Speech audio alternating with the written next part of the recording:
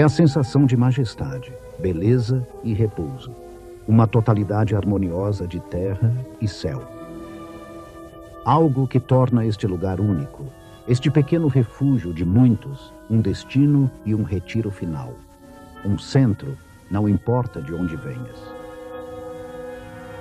Um lar sem dependência ou falha, criado para si e que encontra a felicidade em si mesmo. Paz perfeita. Unidade inteira. No início do século XIX, um poeta no auge da sua arte homenageia seu lar escolhido, o Vale de Grasmere, no distrito dos Lagos da Inglaterra. Agora, quase 2 séculos depois, pessoas do mundo todo vêm aqui para visitar o lar do primeiro e maior dos poetas da natureza, William Wordsworth. Em grande parte, montanhas, lagos, vales e fazendas que vêm são como Wordsworth os viu. A vinda do automóvel e a vasta quantidade de visitantes privaram os locais mais frequentados de sua serenidade. Contudo, nas altitudes e distantes dos trajetos comuns, a majestade, a beleza e a paz ainda esperam por aqueles que as buscam. A sobrevivência do distrito dos Lagos da Inglaterra, relativamente intacto até o final do século XX, não foi um acaso. A maior parte de Cumbria é um parque nacional. O National Trust adquiriu seu primeiro terreno aqui e hoje cuida de quase 40.500 hectares. Planejadores locais e regionais garantem que as novas construções sigam a arquitetura local. National Trust, Parque Nacional, 2 órgãos cujos próprios títulos ecoam exatamente os princípios expressos por Wordsworth aos futuros proprietários em seu amplamente lido guia para os lagos 150 anos atrás. É muito desejável que um gosto aprimorado prevaleça entre esses novos proprietários. E uma vez que não se espera que deixem as coisas ao acaso, a perícia e o saber devem evitar desvios desnecessários da trilha de simplicidade e beleza pela qual, inconscientemente, seus humildes predecessores se moveram. Neste desejo, o autor terá a companhia de pessoas de puro gosto de toda a ilha, que com suas repetidas visitas aos lagos no norte da Inglaterra, testemunham que consideram o distrito uma propriedade nacional, na qual todo homem que tem olhos para perceber e um coração para desfrutar tem direito e interesse.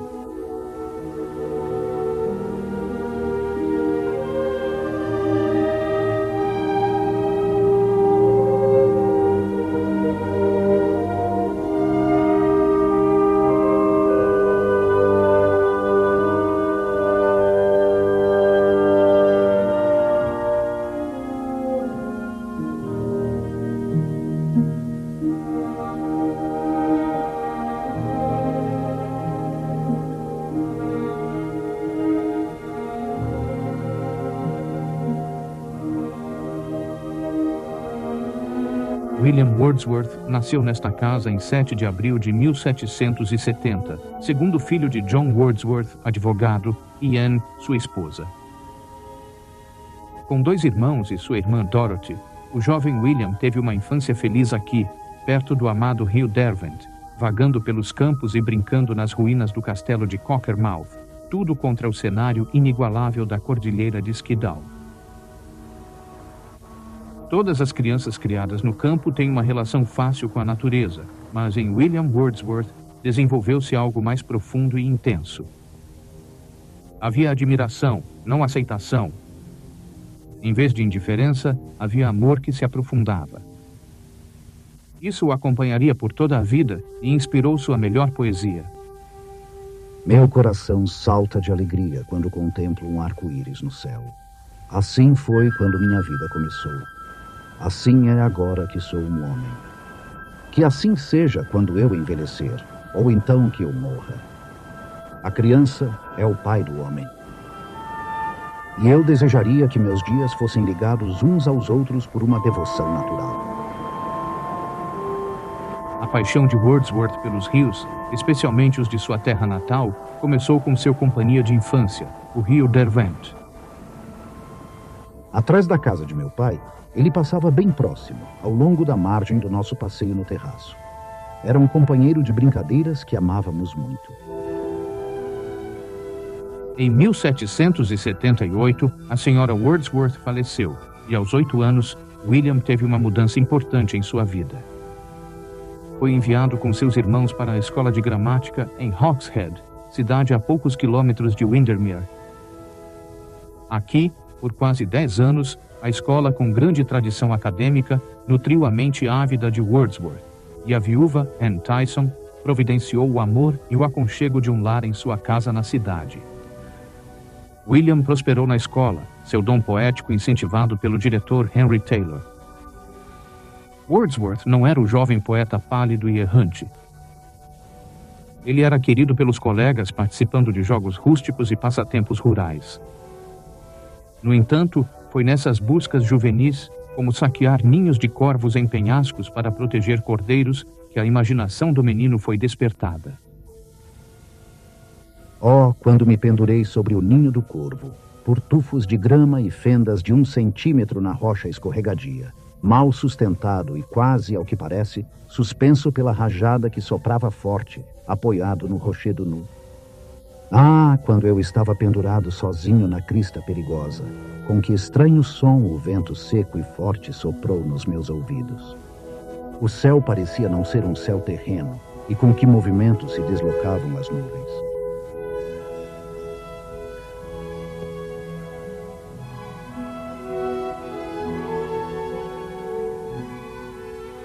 Não há dúvida sobre a felicidade de William Wordsworth ao crescer no coração do distrito dos Lagos da Inglaterra. Suas expedições a pé eram vastas.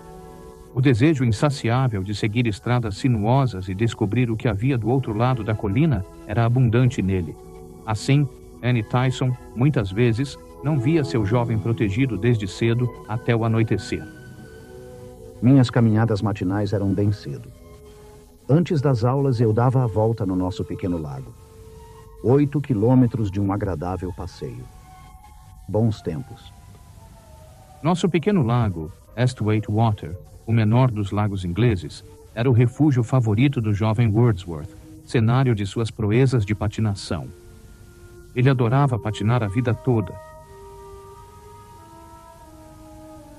Foi durante uma expedição escolar, numas férias de verão douradas, que Wordsworth se viu a contemplar o vale de Grasmere de um ponto privilegiado no alto de Logrig Fell.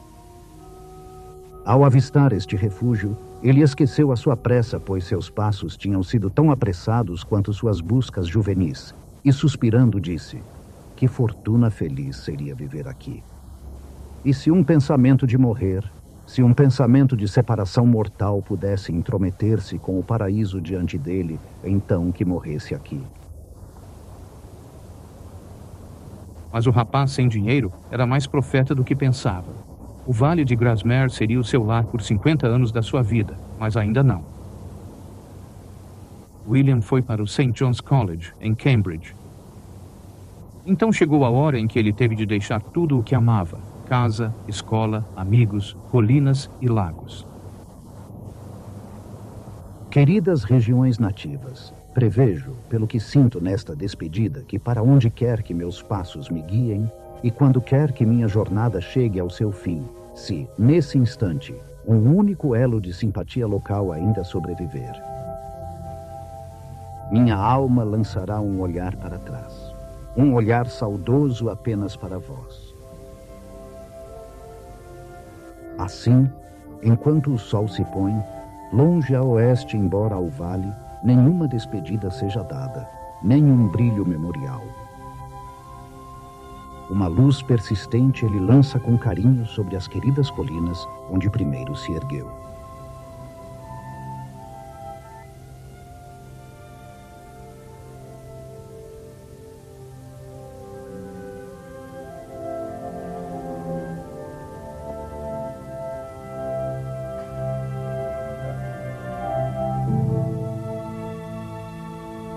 Após uma década nômade no continente e no sul da Inglaterra, William, junto à irmã Dorothy, veio aos Lagos em 1794 para visitar seu amigo de escola, William Cowper, e seu irmão, Raisley, em Windybrow, perto de Keswick.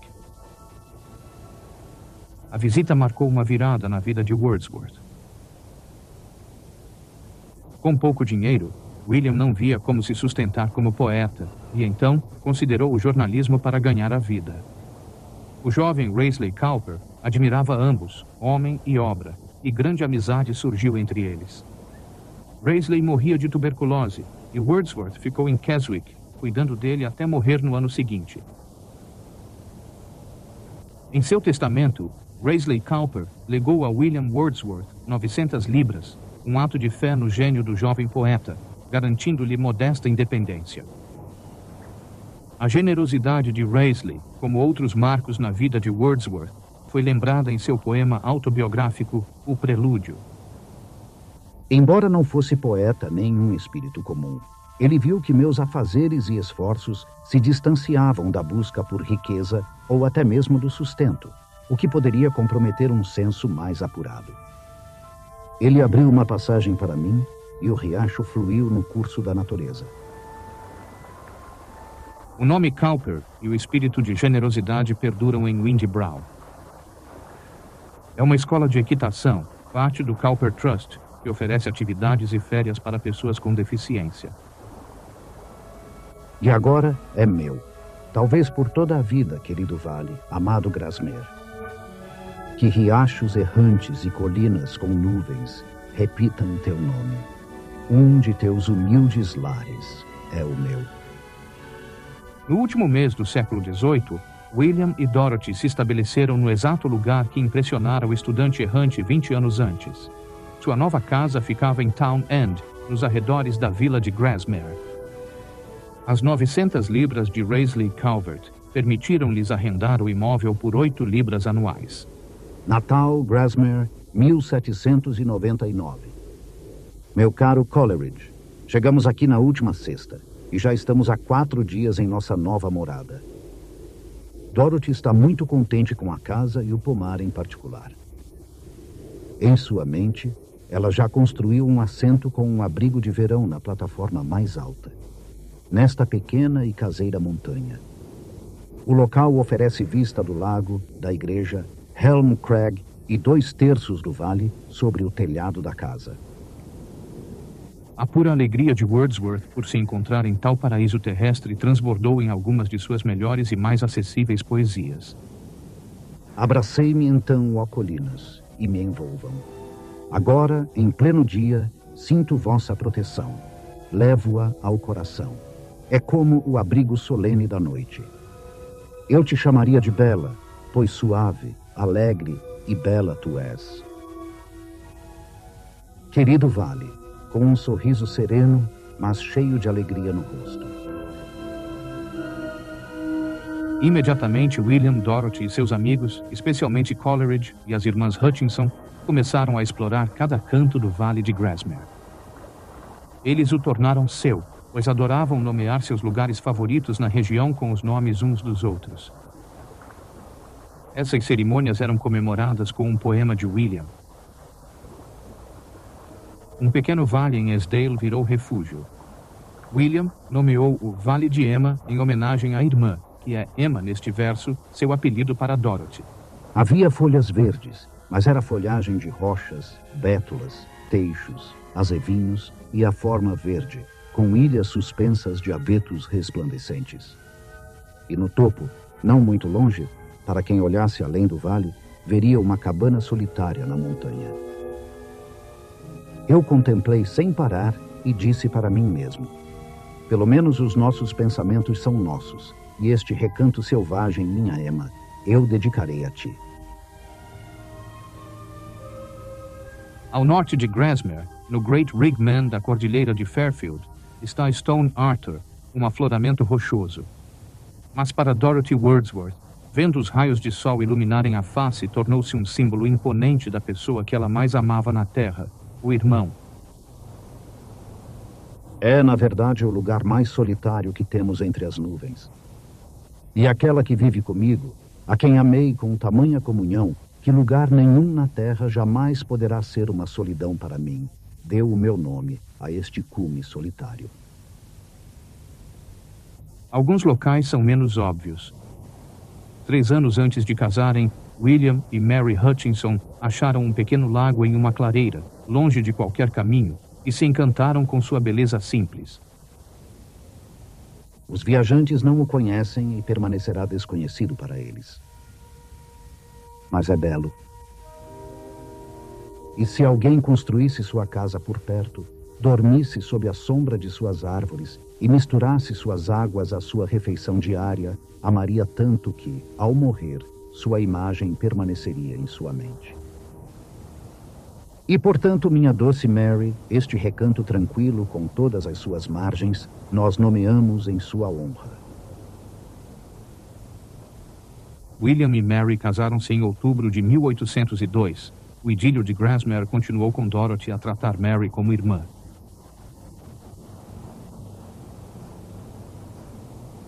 Durante quase toda a primeira década do século XIX, a casa hoje conhecida como Dove Cottage era um centro de alegria, amizade e grande produtividade, pois a família cresceu com os filhos de William para amar. A família Coleridge e os irmãos Wordsworth eram visitas frequentes, ficando semanas ou meses. Com sua irmã e amigos, enormes caminhadas eram realizadas, inspirando em William uma vasta produção de poesia. Um passeio com Dorothy, à beira do Ullswater, num ventoso dia de abril, gerou um poema cujas primeiras linhas são conhecidas por quase todos que falam inglês. Eu vagueava solitário, como uma nuvem que flutua alta sobre vales e colinas, quando de repente avistei uma multidão, uma imensa quantidade de narcisos dourados. Junto ao lago, sob as árvores agitando-se e dançando na brisa. Contínuos como as estrelas que brilham e cintilam na Via Láctea, eles se estendiam numa linha sem fim ao longo da margem de uma baía. 10.000 vi de uma só vez, abanando as cabeças numa dança animada. As ondas dançavam ao lado delas, mas as superavam em alegria cintilante. Um poeta só poderia alegrar-se em tão jocunda companhia. Olhava e olhava, mal notando a riqueza que o espetáculo me trazia. Pois muitas vezes, quando me deito em meu sofá, em um estado de espírito vago ou pensativo, elas brilham naquele olho interior que é a bênção da solidão. E então meu coração se enche de prazer dançando em uníssono com os narcisos dourados. Foi um período mágico, de extrema felicidade para William. O Distrito dos Lagos tornou-se um paraíso, onde o poeta podia contemplar o mundo com amor. O que nos falta? Será que não temos riachos eternos, matas mornas, colinas soalheiras, campos verdejantes e frescos, montanhas igualmente verdes, rebanhos e densos arbustos cheios de aves canoras e o canto de pássaros barulhentos e um som inesperado que se ouve de vez em quando? Da manhã até a mais recente noite, advertindo o homem que anda lá embaixo sobre a solidão e o silêncio no céu. Temos tudo isso, mas em nenhum outro lugar se encontra a sensação única que existe aqui.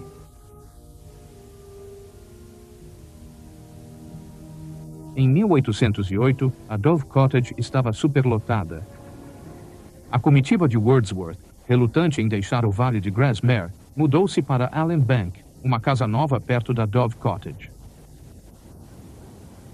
Achavam impossível aquecer-se e mudaram-se para a antiga casa do vigário, igualmente insatisfatória, onde 2 filhos de Wordsworth, Catherine e Thomas, morreram na infância. Em 1813, a vida de Wordsworth mudou de fase. Foi nomeado distribuidor de selos para Westmoreland, um cargo honorífico que aumentou sua independência financeira. Nesse ano, a família mudou-se para Rydal Mount, a 3 quilômetros da Dove Cottage, pela estrada de Ambleside. Aqui, Wordsworth viveu os últimos 37 anos. E foi aqui que William escreveu a maior parte do seu Guia dos Lagos, que se tornou tão popular que ofuscou a sua reputação de poeta.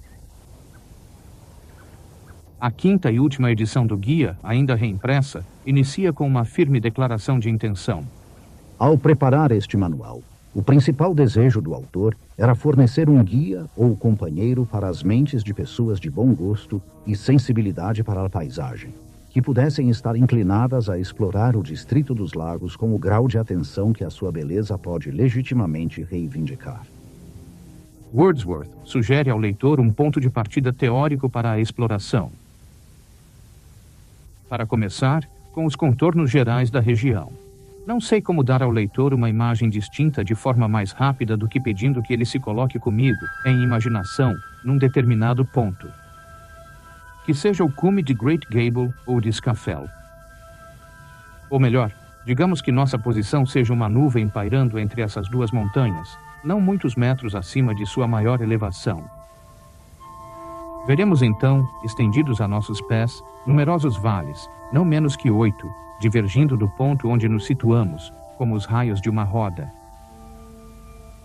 Nas várias cordilheiras que cercam estes vales e os separam uns dos outros, refiro-me às formas e superfícies, primeiro dos terrenos ondulados, depois das colinas e rochas, e por fim das montanhas. Há uma subida de gradação quase regular, da elegância e riqueza ao seu ponto mais alto de grandeza e sublimidade.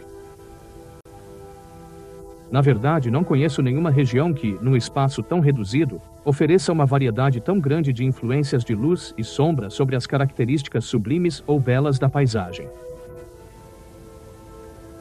Se houvesse um lugar sagrado, onde o refúgio da aflição pudesse ser encontrado, e a solidão preparasse a alma para o céu, certamente, o Deus da natureza o teria dado ao homem. Onde a manhã púrpura se estende por toda parte em flocos de luz na encosta da montanha, onde com voz forte o poder da água agita a mata frondosa ou dorme em lagos tranquilos.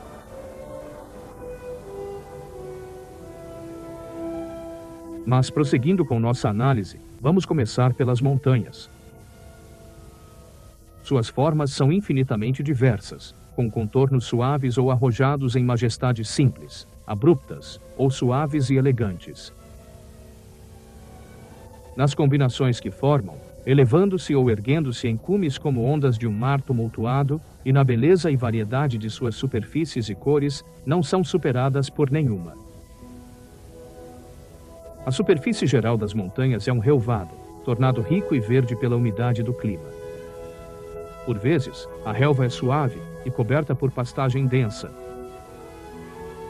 Em outras áreas, as rochas prevalecem.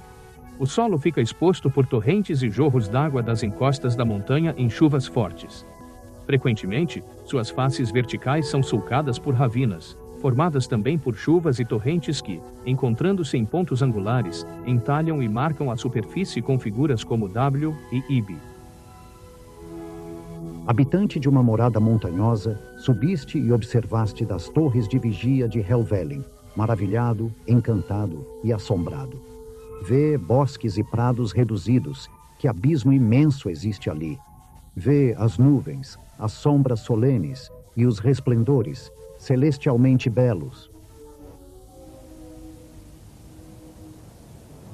Quando no auge do verão, a tonalidade verdejante da vegetação desvanece, ela é novamente revivida pela samambaia, que se espalha profusamente pelo mesmo terreno. É desta planta, mais que de outra coisa, que dependem as mudanças sazonais e a coloração das montanhas. Pela primeira semana de outubro, o rico e verde que dominou o verão costuma ter desaparecido. As cores variadas da samambaia harmonizam-se com os bosques outonais. Um amarelo claro ou cor de limão na base, que gradualmente muda para laranja, e um marrom avermelhado escuro no cume. Era outono e o dia estava claro e sereno. Com calor no ponto certo, de um sol que declinara a oeste há 2 horas. Um dia com nuvens prateadas e sol na relva. E no bosque que oferece abrigo e proteção havia um silêncio perfeito. Aproveito esta oportunidade para observar que aqueles que estudaram as aparências da natureza sentem que a superioridade do interesse visual das regiões montanhosas sobre outras é mais notavelmente exibida no inverno do que no verão. Isto, como é óbvio, deve-se em parte à forma das montanhas, que, claro, não são afetadas pelas estações, mas também, e em grande medida, à maior variedade que existe na sua coloração de inverno do que na de verão. Essa variedade é tal e tão harmoniosamente preservada que quase não lamentamos quando o esplendor do outono se vai.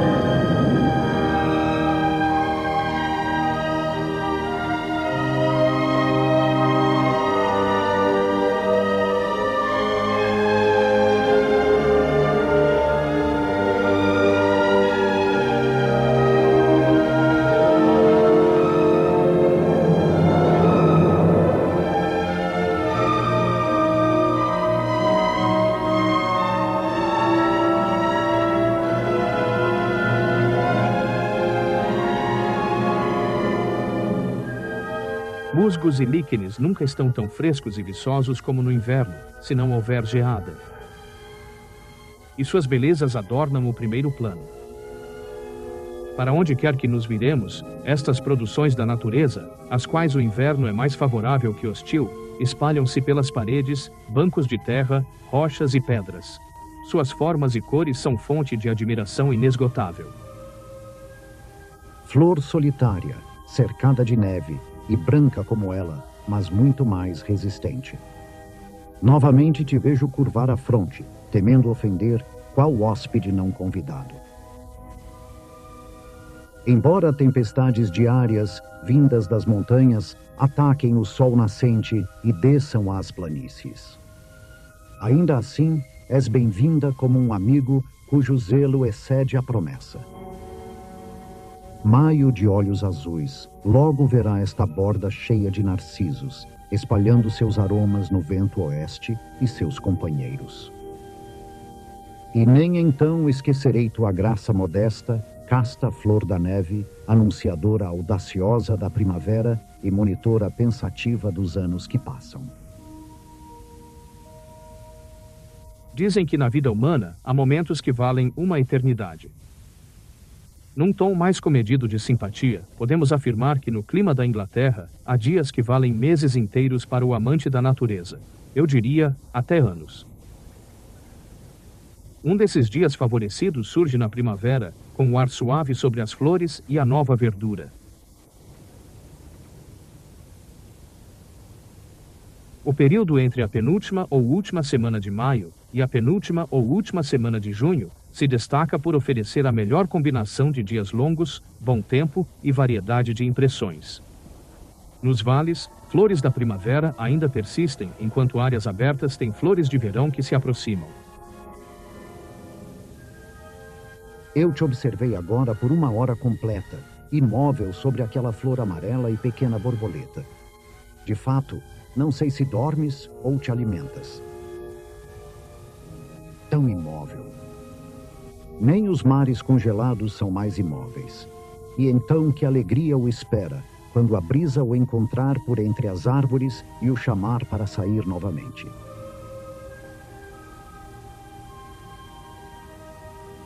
Como a grande maioria dos turistas dos lagos começa passando de Kendall para Bowness upon Windermere, nossas observações começarão por lá.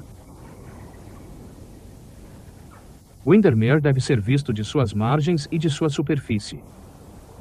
Nenhum lago revela tanta beleza nova a quem navega por ele. Isto se deve ao seu maior tamanho, às ilhas, e por possuir 2 vales na cabeceira, com montanhas de quase igual dignidade.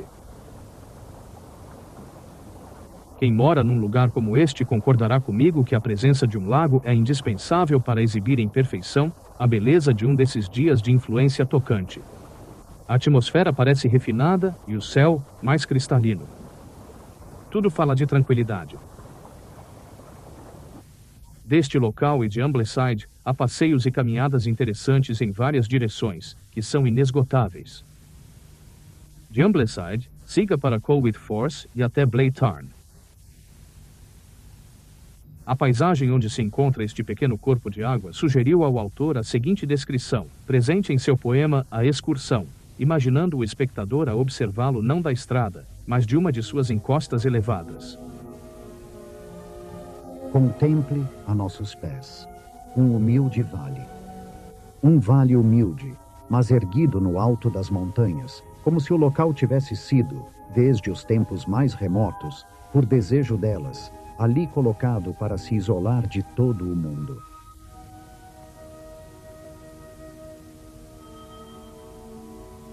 A estrada direta de Ambleside para Keswick não favorece a vista de Thirlmere ou do lago Whitburn com as montanhas ao redor. Um viajante sem pressa deveria fazer um desvio da estrada principal um pouco depois do marco de 6 milhas antes de Keswick. Deste ponto, há uma vista nobre do vale de Legbeathwaite, com Blencathra, ou Saddleback, à frente. É este o lugar. Como a luz do sol entra suavemente por entre as folhas que murcham. O ar e o silêncio do bosque são mais que silenciosos.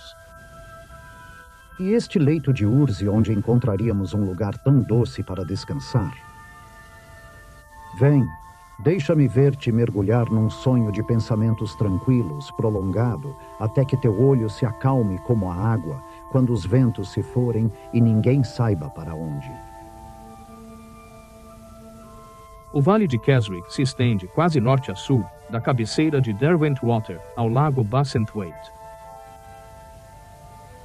A forma do lago é perfeita quando, como Derwentwater, menos se assemelha a um rio.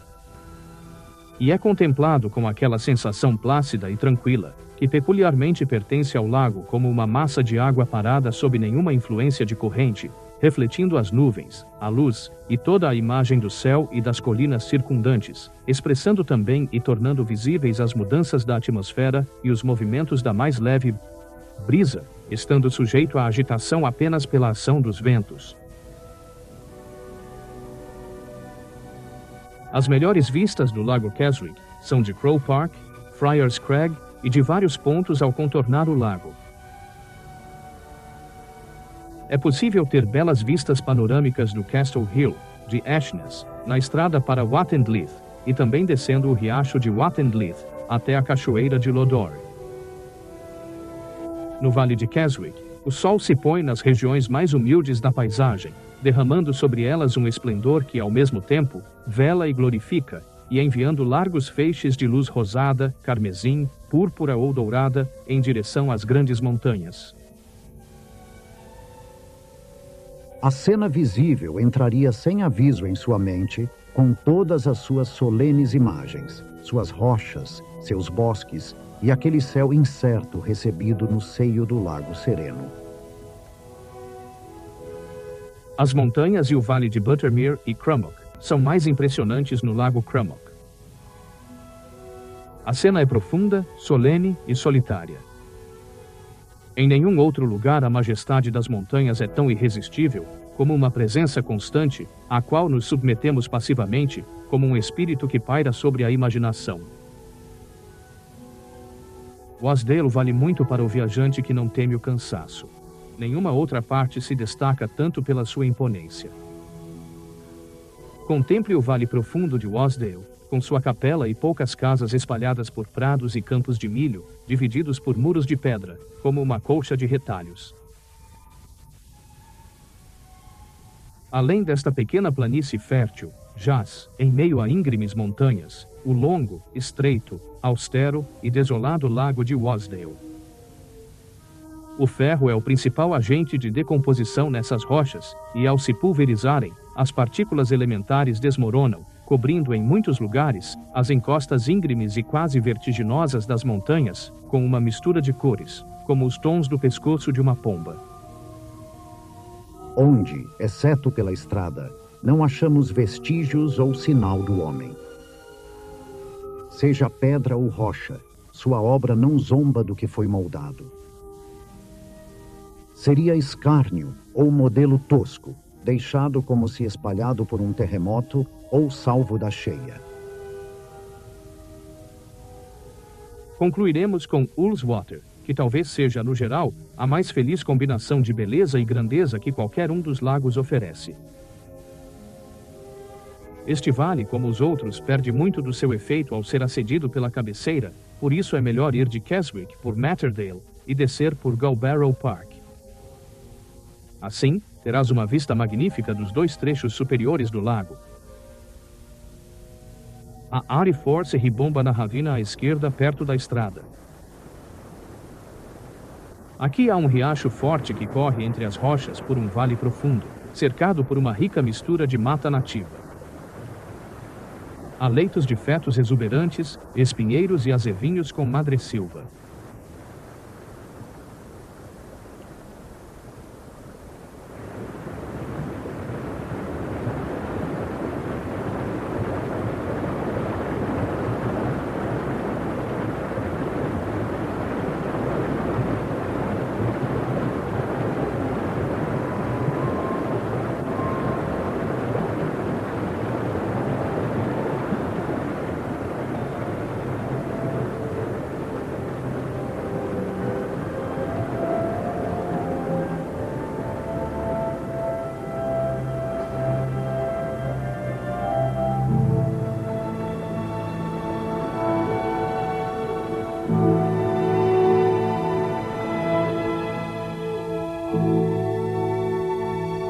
Para ver bem a parte inferior do lago, é preciso contornar a Pulley Bridge e percorrer pelo menos 3 milhas ao longo da margem de Westmoreland, em direção a Martindale.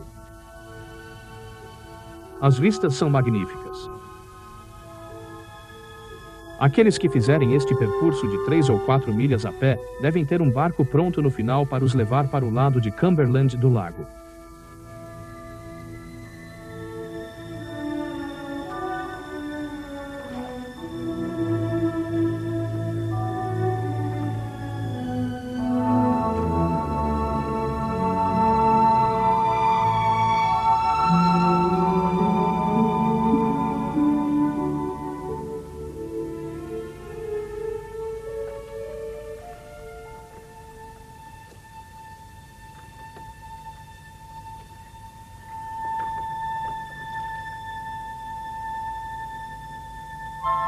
Poeta laureado por 7 anos, William Wordsworth morreu em Rydal Mount, em 23 de abril de 1850. Foi enterrado entre os seus no cemitério de Gresby. Mais de 50 anos antes, ele explicou sua visão poética a Coleridge. Era, disse ele, o poder de despertar a simpatia do leitor pela fidelidade à verdade da natureza e o de dar o interesse da novidade pelas cores modificadoras da imaginação.